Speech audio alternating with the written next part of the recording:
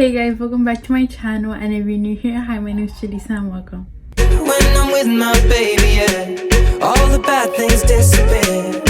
You're making me feel that maybe I am somebody. I can deal with the bad nights when I'm with my baby, yeah. So for today's video, I'm gonna be doing a video that I never thought I was gonna be doing. I never saw myself talking about this, like never in my history of YouTube. I was like, I feel like I'm never gonna be able to be talking about this. I think it's in the title. Today I'm gonna be talking about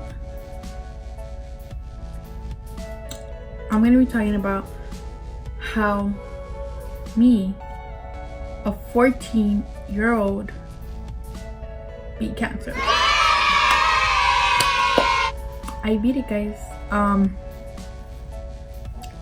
Like I told you already, I never thought I was gonna do this video ever, but today I have decided to do this video because I want y'all to know everything about me, and I know that a lot of people don't know about this because I never talk about it. Like, I don't like telling people, oh, I had cancer, you know. I don't talk about that. Okay, they know. A lot of people may ask themselves, why does she have short hair? When I went to school, I went to school last year, or the year that just passed, this girl asked me, did you cut your hair? And my hair was like shorter, guys, like it wasn't this long. And I was like, oh yeah, I did. I just didn't tell her, you know, what had happened, because I was like, I don't like talking about that. So I'm gonna start on how I found out. I'm gonna try to tell you every detail. I'm gonna try to insert pictures for y'all. I don't have a lot of pictures. My brothers and my sisters took a lot of pictures, so I am gonna get the pictures from them. But I'm gonna start how I found out I had cancer. So I found out when I was 14 years old. I was in 8th grade. It was the beginning of 8th grade, 2017, you can say. It was 2017. I had my period for like a month already. I would go home mostly every day because I would get stained. I would get stained like every day because I had my period. My period was super heavy. Guys, y'all don't know what this is, but my period was super heavy and I would get stained every day. A lot of people would tell me that is not normal. My nurse told me that's not normal. Like, I already had it for like a month. That was not normal at all. 2 more weeks passed and I still had my period. My stomach was really hard. My stomach was really big. It looked like I was pregnant. It looked like I was pregnant. You know, I never thought, you know, I was gonna be sick. Like, I would never get sick.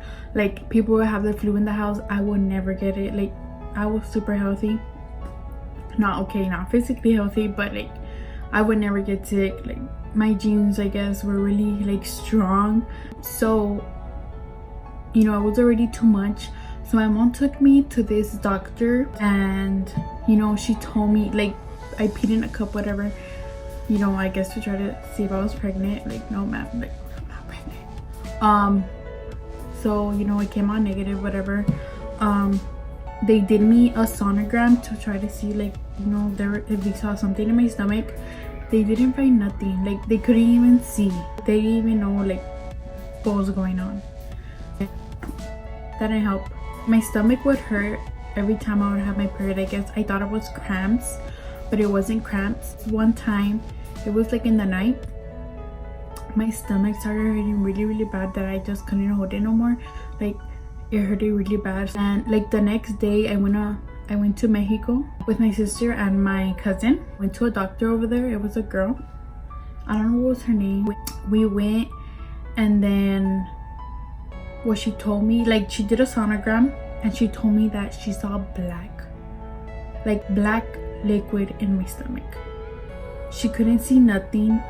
And of course, me, I started crying because I'm really emotional. I cry for everything. So I just started crying when she told me that she saw black in my stomach. That same day she sent me to another doctor. I went to that doctor there in Mexico also, and he did a sonogram. So this is what he told me. Like, one of your livers, like, it's just not what you need. He told me I had to go, because we told him from we're in this side, and he told me that I had to go right away to get it treated right away. So then whatever, we left, we came over here to the United States. Like, literally when he told me, I ran out of the doctor's office and I called my mom crying. I mean, you can die for that. It's like, Mom, I couldn't even talk because I was crying, and I was like, Ma, I couldn't even talk. Like, I didn't even tell her. My sister had to tell her because I couldn't even talk, guys. I was crying. We left, we went back, and that same day in the night, everyone was telling me that, I'll give you my liver, like, don't worry about it. Like, everyone was telling me, like, don't worry about it.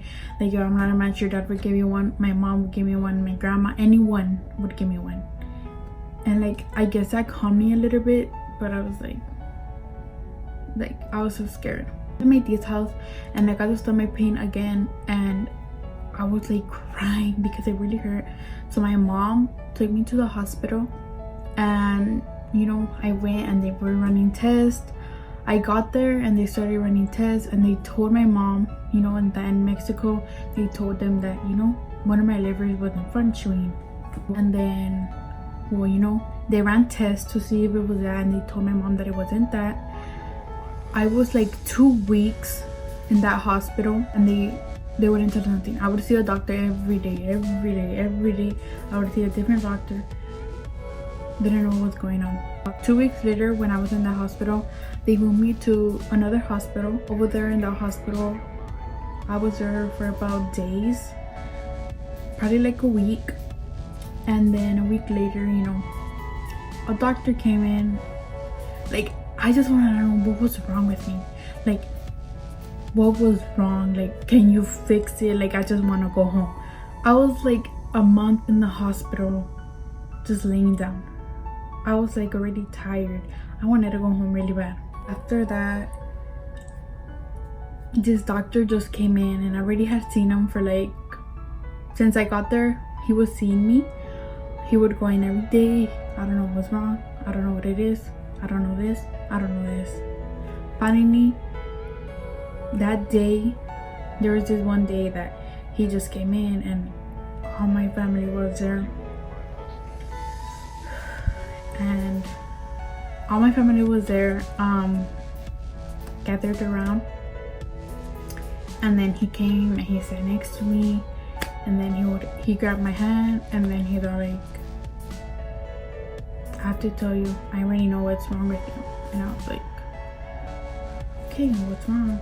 And like, my mom was crying really bad, so I was like, it must be something really bad, because I mean, my mom's crying, my mom never cries. He's like, well, you have cancer. Like, I just stayed shocked for a minute, and all I thought about was my hair. My hair is gonna fall. That's all I was thinking about. He told me, your hair is gonna be falling, and this and this. Started treatment right away. With the first chemo, my hair got like a gum. My hair was like stuck in a ball, like it was like stuck in a gum. It was like so weird. So after my first treatment, I went to the house, I took a shower, and my hair was like stuck together. And well, when my mom started brushing my hair, I just started coming off little by little, little by little. And that was just the hardest part and everything. My hair. After a while, I got used to it already, because I was bald. I have pictures, but I don't know, I should insert them. I have pictures that I was really bald. And now I look at them and I'm just like, oh my god, I was bald. So then after they told me, they started treatment right away. I got 9 months of chemo, and 2 weeks of radiation. So they started my treatment, my chemo treatment, on March. By June, I didn't have nothing. Thank God I didn't have nothing. In 4 months, the cancer was gone. My cancer was really spreaded. It was spreaded, like they said it was bad. You know, they told my mom it was really bad, that maybe I wasn't gonna live. That they just didn't know because it was just so advanced that they didn't know. My cancer died in just 4 months, guys. Like, that is like, that's like awesome. There's people that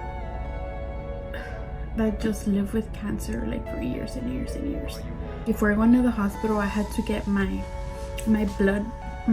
They would take out blood and they would see if my blood counts were good, and my plaquetas, I don't know what they're called in English, but my plaquetas and my blood, if they were high, like in the level they're supposed to be in, then I go get chemo, and then if they're not, then I would go get blood or whatever I need, plaquetas. I would be so grateful when I needed blood or plaquetas. Like, I would like be like, oh my God, please God, please, I need plaquetas, or I need blood, or I need something, because I don't want to go to the hospital. Like, I hated the hospital, mostly the 5 days, because I would just be there stuck in the hospital for 5 days doing it. Sorry guys. So I would wish every time I would go that I needed blood or I needed plaquetas, because I didn't want to go to the hospital. You know, sometimes I did need plaquetas and I would be like, oh my God, I would literally smile, I would laugh so much because I needed them. I was like, oh my God. I was grateful because I know it's not a good thing. It wasn't, but you know, I didn't want to be stuck in the hospital for days and days. When I would go to the 2 days, I'll be like, okay, well, I just go in and the next day I leave. That was good for me. But 5 days was just, I didn't want to be in the hospital. I mean, I was a 14-year-old. I was supposed to be out, you know, having fun, but no, I was stuck in the hospital. So after that, I found out that my cancer was gone. I was like, oh my God, like, I'm not gonna have no more chemo. I was super happy. The doctor told me that I had to finish my treatment until November. I started crying super bad. I was like, what? I was like, my cancer is gone. Like, I just want to go home and have fun with my friends, and I want my hair to grow back. But no, she told me I had to wait until November. And I was like, okay. I mean, I couldn't do nothing about it. Of course, it wasn't her fault. It's no one's fault. It was just the cancers. To find out that I didn't have cancer, I was super happy. And then it was just treatment after treatment after treatment. I was just, you know, it was just treatment after treatment. I would cry every time I would go to the hospital. Before going to the hospital, I would cry. I would beg my mom not to take me, but I had to go. I mean, she had to take me. She would even cry with me. My mom would cry with me because, well, she don't want to see me suffer. And sometimes when I would go to the clinic where they took out blood, sometimes I was like crying that they just couldn't take blood out. So if they have taken out blood from your hand, you know the feeling that it fucking hurts like a bitch. They would take out from my hand and it hurt like a mother trucker. Super bad. I would cry super bad, like super bad. They would tell me, you know, you have to drink water, because I wouldn't drink water. But they told me if I drink the water, then it would be much easier for my veins to pop out. But of course, me, I never listened, and I never drank the water. So it was even harder. Like, I was making it, you know, it was like my fault. So then treatment after treatment, it was already the last two treatments, and I was just so excited.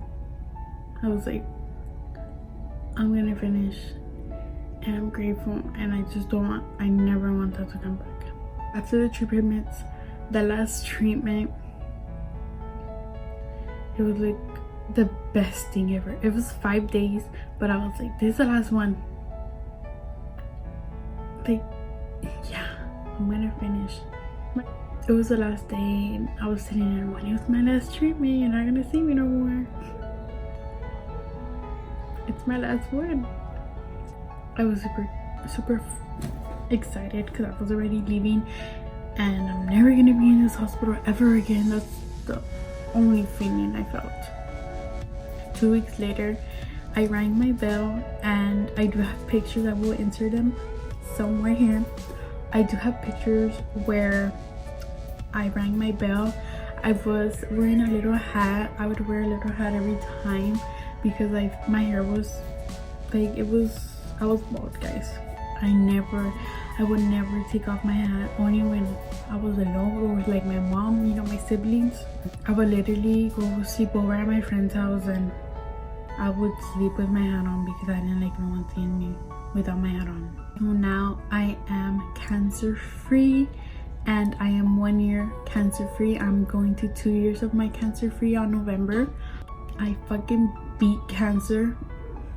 I beat his ass. Like, I beat your ass. So now I am cancer free, and I am super excited, and I never want to get that shit ever again. Cancer right now is dead to me.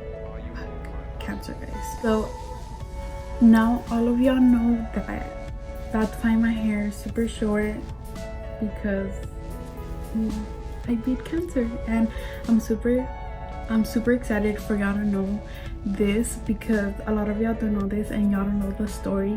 So now I am telling you the story of how I got my cancer and everything, guys. Thank you so much for watching this video, and give her a lot of support. Just thank you. And I'm super excited for this video to be going up. I am gonna end the video here. If y'all like this video, give it a big thumbs up and comment down below any questions. Also, if y'all have any questions about anything, comment down below. Thank you so much for watching this video, and I love y'all so much. Bye, guys.